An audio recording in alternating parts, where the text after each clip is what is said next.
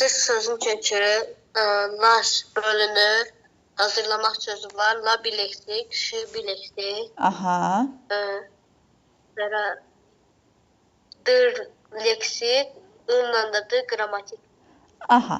D-ə qədər düz dedim, bəli. D da qrammatikdir, bu da düzdür. Amma ıl da leksikdir. Yaxşı.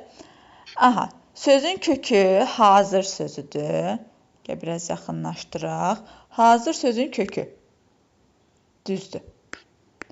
Sonra la leksik, ş leksik, ik leksik, dır leksik, ıl leksik, d qrammatik. Qrammatik. Necə? Aha. Il nə üçün leksikdir? Bax, il feilin və məchul növ şəkilçisidir, qayıdış növ şəkilçisidir, şəxssiz növ şəkilçisidir. Yəni, üç növdə eyni şəkilçi işlənir. Il ümumiyyətlə növ şəkilçisidir və leksik şəkilçidir. Feilin növlərinin şəkilçiləri hamısı leksikdir. Burada bu sözdə Səid eşidirsən səsimi?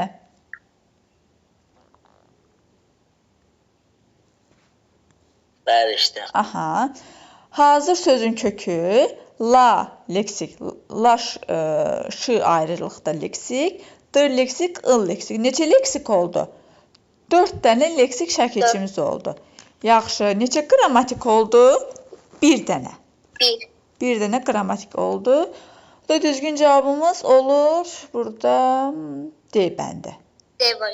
Aha, D bəndi burada düzgün cavabımız olur. Aha. Aydın oldu mu sizə? La şəkilçisini hansı formada ayıra bilərik? Ayırdığınız zaman baxırsınız ki, məsələn, mən lanı ayırdım. Məna verirmi? Məsələn, hazırla sözü varmı dilimizdə? Hazırlamaq deyə bilirəm. Varsa ayırırsan. Əgər yox, məna vermirsə, o zaman bütöv götürməlisən. Yaxşı, sonra buradan bir-iki testi də baxaq, keçək mətnlərə. Baxaq mətnlərə, burada baxam. Aha. Məsələn, 19-cu test, biraz rahat testdir. Buna baxaq. Aha. Səid, bunu sən işlə. Hansı sözləri mürəkkəb söz yaradarkən bitişik yazılmalı idi? Hə, 18-ə baxaq. Başı Hə, yaxşı, 18-ə baxaq. Aha. Siz hansını deyirdiniz? 19 deyirdim. İzah elə, 18-i izah elə. Hansı sözləri mürəkkəb söz yaradarkən bitişik yazılmalı idi? Başı bəlalı, bu elə ayrı yazılır. Yox. Geç, bu defislə yazılmalıdır. Az, bu da defislə, söz, söhbət defislə, yer, yığış defislə, yox. Cavab onda A olacaq. A olacaq, bəli. Elə gözlədim ki, özünü tapasan. Başı bəlalı sözü bitişik yazılır. Amma yerdə qalan bütün variantlar hamısı defislə yazılır. Baxın, söz, söhbət, yaxın mənalı sözlər söz vasitəsilə yaranıb. Məsələn, gec, tez, antonim mənalı sözlər vasitəsilə yaranıb. Az eyni sözün təkrarı ilə yaranıb. Yır, yığış bir tərəfi ayrılıqda işlənə bilməyən söz vasitəsilə yaranıb. Hamısı da defislə yazan. Başı bəlalı bitişik olmalıdır. 21-i sən işlə Əmət. Biri düzəltmə sözü. A cərək. Sadə sözdür. B ürək. Bu da sadə. D dilək. Bilək. Çevik.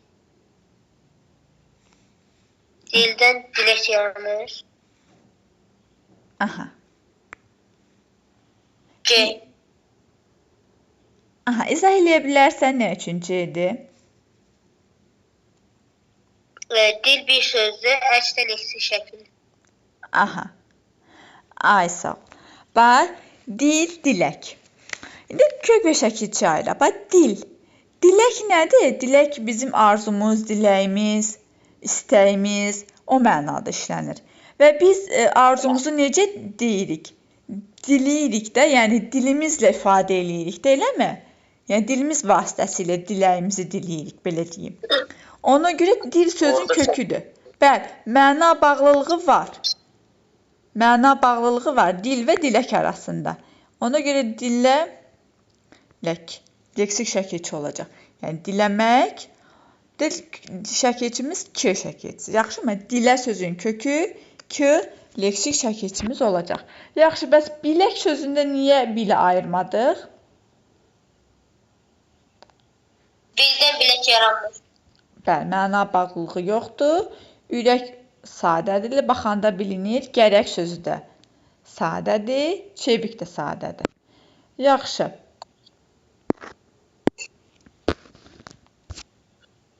Digər tərəfdə də bir dənə də işləyək, keçək mətnlərə. Aha, 28. Qır feili bu sözlərdən birinin köküdür. Kim izah eləyər bu testi? Mən izah edeyim müəllim. Buyur, izah elə. Cavab A variantı olacaq. Aha, izah edə bilərsən nə üçün A-dır? Yəni fikri denən və yaxud da bəlkə nə üçün səhv olacaq denən. Bəlkə düzdür, bəlkə səhvdir.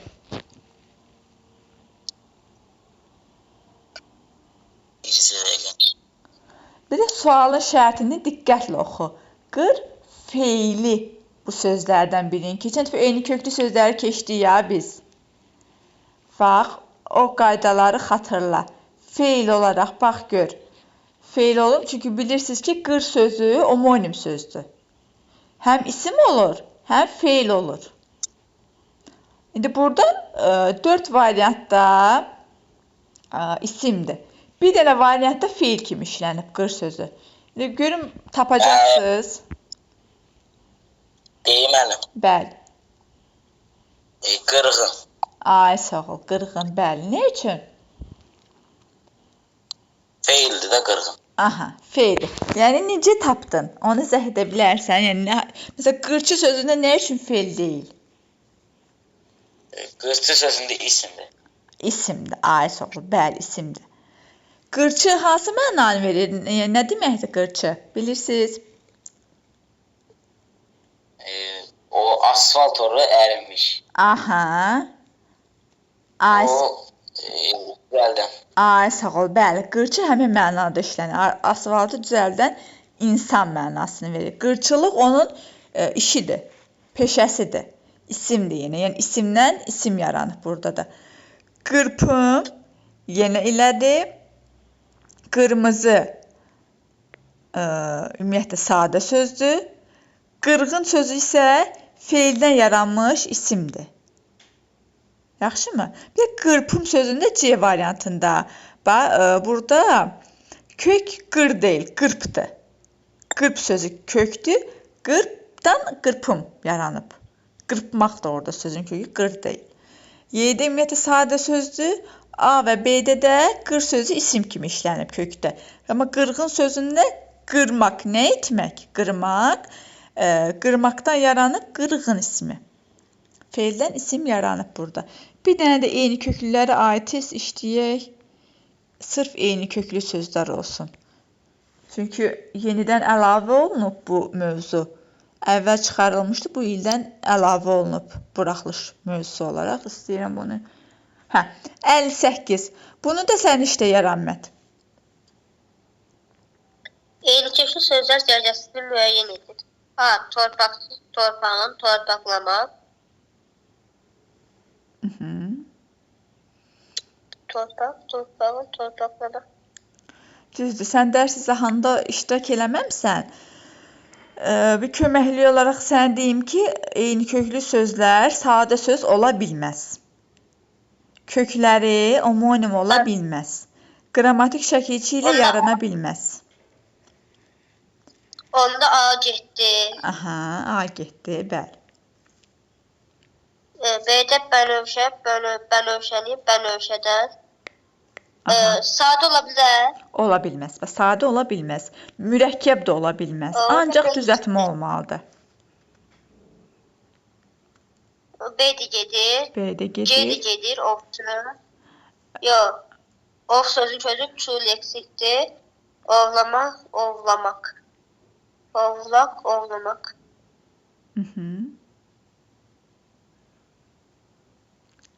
Aha. Dedi kağızı orada lar leksikdir. Lar yoxlar, qrammatik şəkilçidir. Cəm şəkilçisidir Orada isimdə. değil Mhm. yedi gelir. Aha. Y nə üçün Cavab C var. getdi?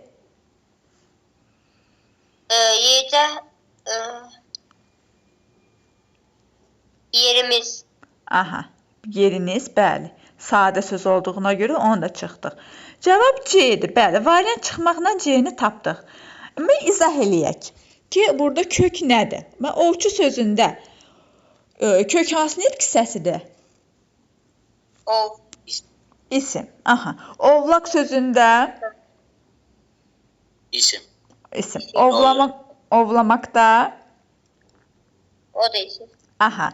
Bir dənə söz yazacağam. Görüm sənin xatırında varmı bu söz? Keçən dəfə yazmışdım dərsdə. Eynilə ov sözünə aid idi. Ov.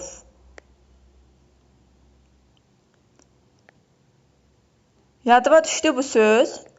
Ovulmaq. Hə. Aha. Bu nədir? Bu həmin bu C variantı ilə eyni köklü ola bilər Səid. Xeyr. Nə üçün? Çünki burada ovuldu da. Kökü seydi. Aha. Ov. Ovul. Burada Bəli. elə bil ki, Aha. D variantına ovçu kimi, silahlı adam kimi, amma burada elə bil ki, daşı ovmaq kimi də Ay Bunun sağ ol. Bəli, bəli. Ovmaq mənasını verir. Ovmaq. Feildir bu. Bax görürsünüz, ıl şəkilçisi var. Il şəkilçisi həmişə feili artırılır. Il gördünüzsə, bilin ki, kök mütləqi feildir. Çünki bu şəkilçi feili artırılır. Burada ovulmaq feildən yaranmış feildir, amma C variantında hamısı kök olaraq isimdir və görürsünüz, homonim deyil, C-dən söhbət gedir. Kökləri eynidir, eyni mənanı verir, homonim deyil. Hər bir sözdə leksik şəkilçi var. Məsələn, ovlamaq sözündə bax, qrammatik şəkilçi var uşaqlar. Amma qrammatikdən əvvəl görürsünüz, leksik var. Leksik. Ona görə bu, yəni götürə bilərik. Amma sözün kökü və qrammatik şəkilçi varsa, o baxın, eyni köklü deyil. Qrammatik şəkilçi eyni köklü söz yaratmır. Sadə söz və yaxud da heç bir şəkilçisi olmayan, məsəl üçün, bənövşə sözü var idi B-də. Eyni köklü ola bilməz. Kökləri homonimdirsə, eyni köklü deyil. Baxın, qəşəng-qəşəng mövzunu oxuyun, söz yaradıcılığını. Sonra testlərini işləyirsiniz. Baxın, gələn dəfə tələb eləyəcəm. Bütün testləri işləyib gələcəksiniz. Gələn dəfə. Yaxşı. Sonra inşallah yenə təzə dərs keçəcəm sizə. Morfologiyaya başlamaq istəyirəm. Bunları bitirək. Yaxşı. Bu testlərdə sualınız varmı? Aydın olmayan ümumiyyətlə söz yaradıcılığında sizə çətinlik çəkdiyiniz hər hansı bir məqam varmı? Səndə Səid varmı? Xeyr. Yaxşı. İndi keçək. Mətnimizə. Keçən dəfə bir mətnimiz yarımçıq qaldı. Həm ona baxaq. Həm də altıda nə soruşur bizdən? Altına xətt çəkilmiş söz. Baxmışdıq altıya. Xeyr. Baxmamışıq, bəli. Altına xətt çəkilmiş söz hansı nümunələrin tərkibində mətndəki mənasında işlənmişdir? Baxın, bu testlər, bu tipli testlər buraxılışa düşür. Yəni 9 buraxılışına düşür xüsusilə. Mətndəki... Mən deyim cavab burada. Buyur deyim. Cavab burada 2, 3, 5 olacaq. 2, 3, 5 olacaq. 2, 3, 5. Baxaq. Bir baxaq hansındır. Baxın. Sonra, izah elər Səid. Birinci sən izah elə. Nə üçün 2, 3, 5 deyirsən? Mətndə altından xətt çəkilmiş söz buradakı cümlələri ilə hansına uyğundur? Gəl burada birinci mətndəyi soyuq sözünə baxaq. Birinci cümləsidir. Oxu. Cənubi Amerika və soyuq ərazilərdə yaşayan pingvinlərin 17-yə qədər növü məlumdur. Burada artıq həqiqi soyuq mənanı deyir də. Ay sağ ol, bəli, həqiqi mənada işlənib. Yaxşı, bəs burada cümlədə necə? Burada da olacaq ev yiyəsi qonağın soyuq münasibəti ilə gözləmirdi. Bu soyuq münasibət məcazi mənadır, bu olmayacaq. Ay sağ ol, bəli, biri çıxacağıq biz burada, düzgündür. Sonra Uşaq soyuq yeməkləri xoşlayır. Burada soyuq yemək həqiqi mənada ikincini götürəcəyik. Otaq soyuq idi. Otaq həqiqi soyuq ola bilər. Bu da həqiqi mənada ikisini də götürə bilərik. Hava isti olsa da idman zalı çox soyuqdur.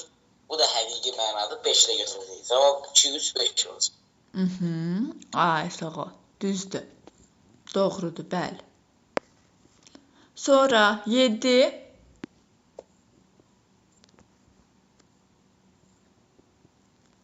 Roma rəqəmi ilə nömrələnmiş hansı cümlələrdəki hadisələrin səbəbini müəyyənləşdirmək mümkün deyil. Mümkün deyil. Mən bura A variant yazmışam. A yazmışsan. Aha, gəl baxaq. Görək düzgünmü yazmışsan. Deyir ki, Roma rəqəmi ilə nömrələnmiş hansı cümlələrdəki hadisələrin səbəbini müəyyən etmək mümkün deyil. Baxaq. Ən iriləri imperator pinqvinlər təxminən 45 kiloqram ağırlıqda olur. Səbəbini müəyyən etmək mümkündürmü? Yəni, bu səbəbi verilibmi mətndə? Baxın, bu səbəbini tapmaq üçün, bax, bu tipli suallarda siz nə edirsiniz uşaqlar? Baxın, deyirək, hansısa fikrin səbəbi mətndə göstərilib, hansının səbəbi göstərilməyib. Baxın, məsələn, birinci cümlə ilə Roma rəqəmi ilə yazıb. İndi bu cümlədən əvvəldə baxaq görək, nə haqda məlumat verilir? Bəlkə həqiqətən də pinqvinlərin çəkisi haqqında əvvəlki cümlədə məlumat var. Bax, baxıb, oxuyub baxırıq ki, burada, məsələn, Cənub qütbü, Yeni Zelandiya, Avstraliya, Cənubi Amerika və soyuq ərazilərdə yaşayan pinqvinlərin 17-yə qədər növü məlumdur. Artıq bundan əvvəlki cümlədə növləri haqqında danışılır. Baxın, pinqvinlərin çəkisi haqqında heç bir məlumat yoxdur. Bu birinci cümlə, bu bir qoyulmuş cümlə, bu mətnin ilk cümləsindən doğan səbəb ola bilməz. Axı, səbəb olsaydı, bunlar pinqvinlərin çəkisi haqqında burada da məlumat yazılardı da, yəni nəsə bir səbəbiyyət verilərdi. Ona görə biri götürəcəyik uşaqlar. Çünki bunun səbəbini müəyyən etmək mümkün deyil, birinci cümlə. Sonra, ikinci cümləyə baxaq.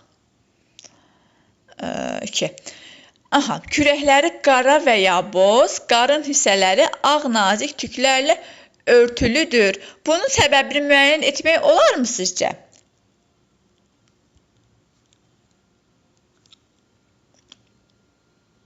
Məncə olar. Səncə Səid olarmı? Nəyə baxmalıyıq? Nəyə baxmalıyıq? Tüklərlə örtülü ola bilər. Aha, nəyə baxmalıyıq biz bu tipli testlərdə? Bax, indi dedim, özündən əvvəlki cümləyə baxmalıyıq. Görək ki, həmin bu verilmiş cümlə özündən əvvəlki cümlənin səbəbidirmi? Yəni, onu izah edirmi və yaxud da nəticəsi kimi verilibmi, yoxsa verilməyib? İndi baxaq, dənizlərdəki balıq və mürəkkəb böcəyi ilə qidalanırlar. Qidalanmalar haqqında məlumat verilib. Sonraki cümlədə bizə deyir ki, kürəkləri qara və ya boz, qarın hissələri ağ nazik tüklərlə örtülüdür. Bu, bunun səbəbidir sizcə? Evet. Baxın, bu bunun səbəbi ola bilməz axı. Çünki bu cümlədə başqa şeydən danışılır. Baxın, burada başqa şeydən danışılır, burada başqa şeydən danışılır. Bu, bundan səbəb doğmadır axı. Bunu da götürə bilmərik. Sonra 3-ə baxaq. 3 hardadır? Aha, burada. Kürd dövründə bir şey yemirlər, ana və ata pinqvin balaları birlikdə qayğı göstərir və onları qoruyurlar. İndi bura baxaq. Nə deyirsiniz? Aha, bu ola bilər. Aha. Sizcə bu bunun səbəbini izah edirmi? Baxaq. Sən də bax yələmədi. Mətni işləməsən də ən azından bax gör. Tapa bilərsən məncə. .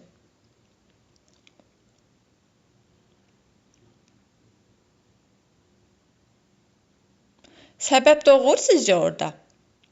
Baxın, deyir ki, Kürd dövründə bir şey yemirlər. Yemirlər. Ana və ata pingvini, bu artıq digər cümlə, heç buna baxmayacağıq.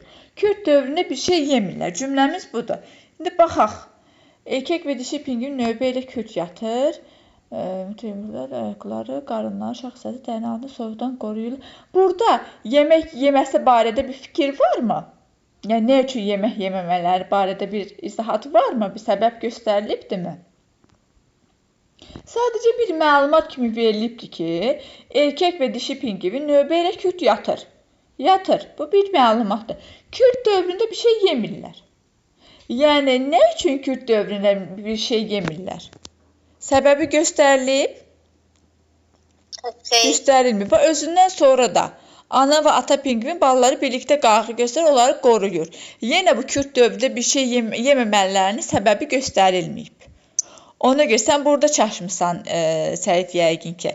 Bax, üçü də götürə bilmirik. Burada, yəni götürə bilmirik o mənalı ki, yəni səbəbi göstərilməyib. Ona görə testimizin cavabı olacaq bu da, 3-də. Yaxşı, indi baxaq digər. Əlaqədar təşkilatlar çıxarılan bəzi qanunlarla pingvinləri qorumağa çalışırlar. 4 qoyulmuş cümləyə baxırıq. İndi baxaq görə bu cümlənin səbəbi göstərilibdirmi? Pingvinlər insanlardan qaçmadıqları üçün yağlarından istifadə etmək istəyənlər çox miqdarda pingvin ovlayaraq yağ istehlak edirlər. Bunu keçən dəfə demişdik ya, Səid, xatırlayırsansa. Baxın, pingvinlər qaça bilmirlər və ona görə digər canlılara, yəni digər canlılar deyilir, burada artıq insanlar nəzərdə tutulur, rahatlıqla ovlaya bilirlər də insanlar pingvinləri. Bu səbəbdən, baxın, bu səbəb də artıq nə olur? Əlaqədar təşkilatlar çıxarılan bəzi qanunlarla pingvinləri qorumağa çalışır. Və görürsünüz, fikir verirsiniz, burada incə ayrıntı var. Baxın, təşkilatlar pingvinləri nə üçün qorumağa çalışır uşaqlar? Nə üçün qoruyurlar? Onları ovlayıb yağdan istifadə etməsinlər deyə. Bax, görürsünüz, bu 4 qoyulmuş cümlədən əvvəl bu fikrin səbəbi izah olunub. Yəni, nə üçün onları qorumağa çalışırlar? Çünki insanlar onları ovlayırlar, pingvinləri, və yağlarından istifadə edirlər, istehlak edirlər yağlarını. Ona görə bu hadisədən səbəb doğur ki, təşkilatlar pingvinləri qorumağa çalışır. Sonra, digər cümləyə baxın, 5 qoyulmuş cümləyə. Onları dünyanın bir çox zooparklarına uyğunlaşdırırlar. Səbəbi nədir uyğunlaşdırma səbəbləri? Çünki yenə eyni nəticə. Yəni, yenə eyni səbəbdən onları ovlamasınlar. Bəli, ovlamaq istədiklərinə görə onları qorumağa çalışırlar. Çünki pingvinlərin, bilirsiniz də, nəsli tükənməkdədir. Nəsli tükənən heyvanlar sırasındadır pingvinlər. Ona görə qorunurlar artıq, qorumağa çalışırlar. Aydın oldu sizə uşaqlar. Səid, səhvi başa düşdün? Bəli. Dəqiq aydın oldu mu bu test? Bəli, bəli. Yaxşı.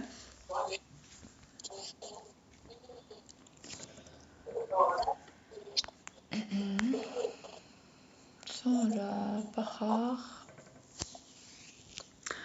Cədvələ əsasən mətnin tərkib hissələri ilə bağlı uyğunsuzluqları müəyyən edin. Tərkib hissələri ilə bağlı. Baxaq. Pingvinlərin bədən temperaturlarını tənzimləmələri. Bu hansı hissədə verilmişdir?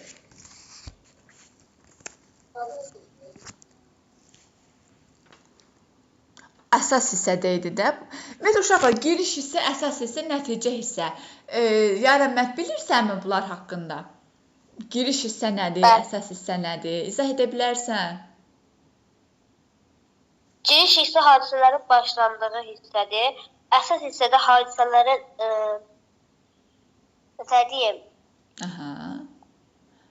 hadisələrin anlatılan hadisələrin açılması, inkişaf nöqtəsi, ətraflı məlumatı bizə əsas hissədə verilir. Nəticədə də həmən hadisənin nəticəsi çıxır da, mənası nə olur? Sağ ol, bəli, sonluq hissə, mənası çıxır.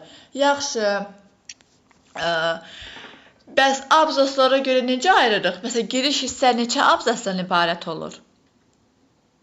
Giriş isə bir abzasdan ibarət olur. Bəs nəticə hissəsi? Nəticə hissə 3 idi, 4 idi deyəsən. Ola dəqiq bilmirəm. Aha. İndi Bir abzas. bir abzas, bəli. Həm giriş hissə, həm nəticə hissə. Hər biri bir abzas olur. Hansı abzaslardır?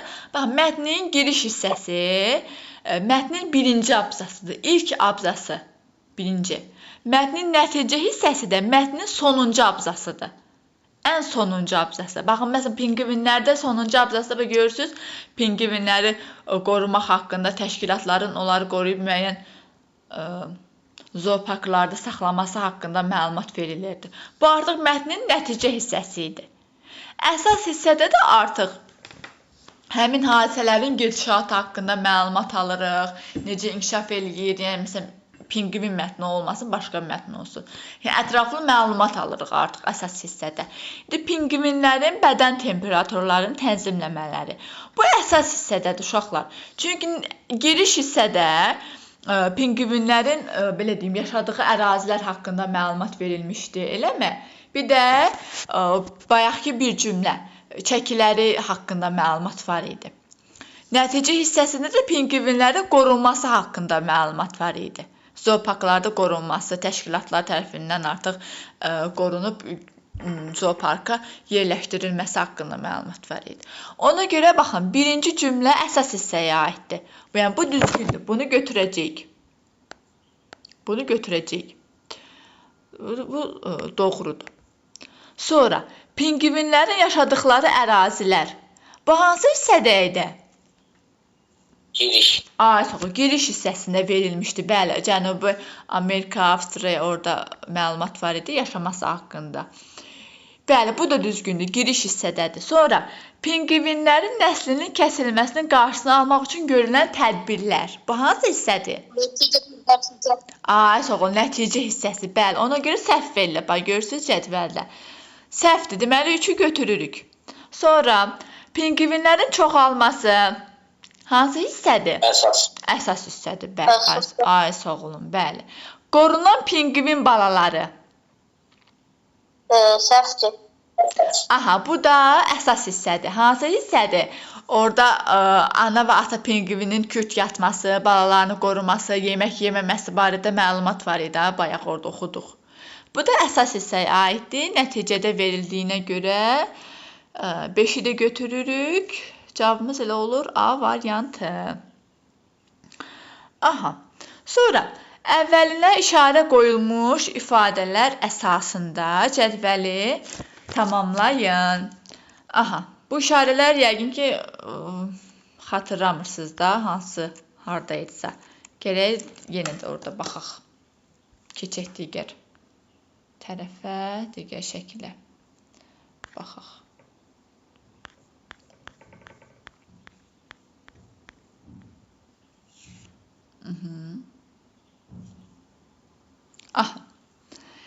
Bir, uşaqlar, sərt sözüdür, eləmi? Sərt sözü. Burada bir dənə işarə qoyulub da, sərt sözündə. Hansı mənada işlənib?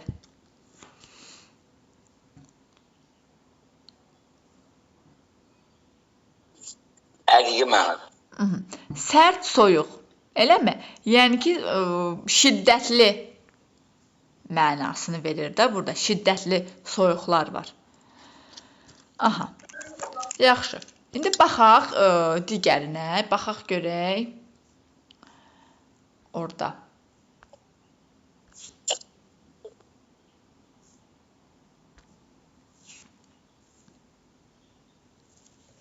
Yox. Bu deyil.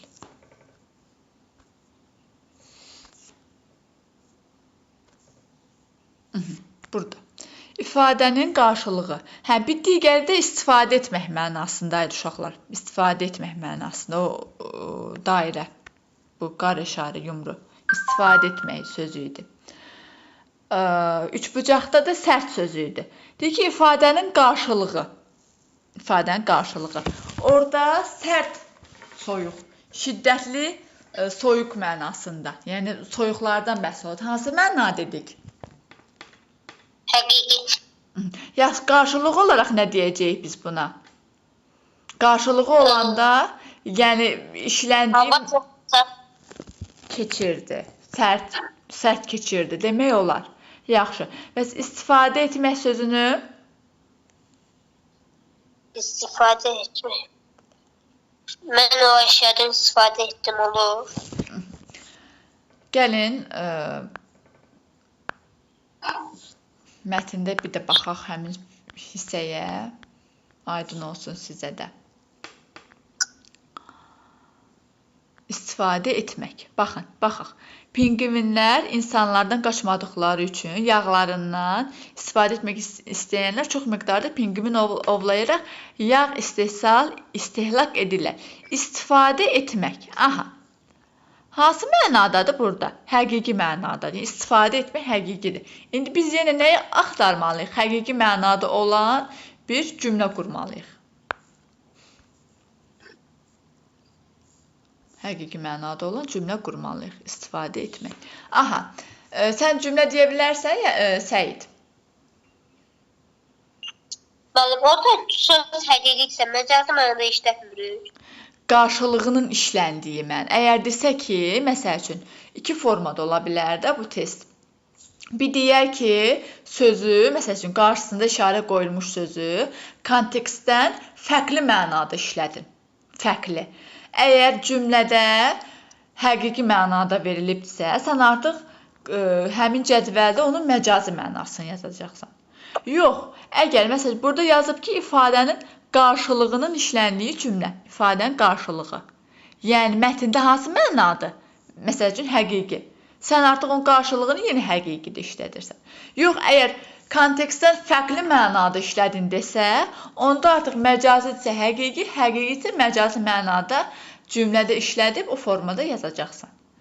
Burada da sərt dedik, istifadə etmək orada həqiqi mənadır. Yəni burada həqiqi mənaya aid bir dənə cümlə yazacaqsan. Onu bir cümlədə işlədəcəksən, həqiqi mənada yazacaqsan qrafaya. Aydın oldu mu? Başa düşdünüz uşaqlar? Səsiniz çıxmır. Hə, Səid? Yaxşı, yazmışdın Səid bula? Səndən soruşmadım, Səid bura nə yazmışsan? Yazmışdın? Xeyr. Açıqları yazmamısan, yoxsa qapalıları hamısını yazmışdın? Qapalıları yazmışam, açıqları yazmamışam. Yazmamısan. Aha. İndi 10-cu suala baxaq, sonuncuya. Deyir ki, mətndəki və çərçivədə verilmiş məlumatlar əsasında Euler Venn diaqramının hər bir hissəsinə ən azı bir fikir yazın. Aha, bax, bu tipli testlər də düşür buraxılışa. Bax, nə edirsiniz uşaqlar? İndi mətnimiz haqqında məlumatınız oldu. Bildiniz, yəni pinqvinlərdən danışıldı. İndi çərçivədəki mətni oxuyursunuz, qəşəng. Oxuyandan sonra hər iki mətndə oxşar fikirləri seçəcəksiniz və bu ortaq hissəyə yazacaqsınız, ortağa. Bu hissəyə ortaq fikirlər yazacaqsınız. Deyim müəllimə. Buyur. Ortaq hissəyə yazılacaq hər ikisinin tükü var. Ay, sağ ol, bəli, bəli. Hər ikisi quşdur, hər ikisi dərisi tüklərlə əhatə olunub, bəli. Tüklərlə əhatə olunub. Lələklər nəsə demək olar, tüklərlə əhatə olunub. Düzdür. Bəs yaxşı, qıraqlarda nə yazarıq? Hələsinə aid. Pinqvinə yazarıq, buzu üstündə yaxşı gedir. Dəvəquşuya da yazarıq ki, sürətli qaçır. Aha, ay sağ ol. Bəli, düzgündür. Bərk qaçır. Dəvəquşuna yaza bilər ki, böyükdür. Pinqvinə yaza bilər ki, dəvəquşuna baxarkən balacadır. Aha, ay sağ ol. Bəli, artıq fərqli xüsusiyyətlərini belə ayrılıqda yazacaqsınız. Hərənin öz tərəfinə yazacaqsınız. Düzdür. Müəllim, mətn işləyəndə nələrə diqqət yetirməliyik? Qapalılarda oxuyursunuz mətni qəşəng. Bir də uşaqlar, ümumiyyətlə imtahanda mətni oxumamışdan əvvəl həmişə testlərinə baxın. Mətnin testlərinə. Bir göz gəzdirin. Vaxt qazanmaq üçün, məsələn, buraxılışda. Bir baxın, görün testlərdə sizdən nə soruşur? Ən çox, məsəl üçün, hansı məqamlara toxunulub? Artıq mətni oxuduğunuz zaman biləcəksiniz ki, bu hissəyə aid sual var. Bu hissəni daha yaxşı oxuyum, diqqət eləyim. O baxımdan ona görə birinci suallarla tanış olun, sonra mətni oxuyun. Yaxşı, indi ikinci mətni. Yaramət, sən başla oxumağa. Vaxtımız azca qalıb, çatdıra biləcəyik. Yoxsa başqa bir yatacaqsınız. 9 dəqiqəmiz qalıb. Əslində düzdür. Dərsimizin bitməyinə az qalıb. Sən işləmirsən bu mətnə ilə, Səid? Bəli, mən işləmişim. Yaxşı, o zaman belə eləyək. Yaramət, sən də işlə bu mətni. Bax, həm pinqvini işlə. Düz, pinqvini müzakirə elədik. İndi tam zamanıdır. Bu mətni işləyəcəksən.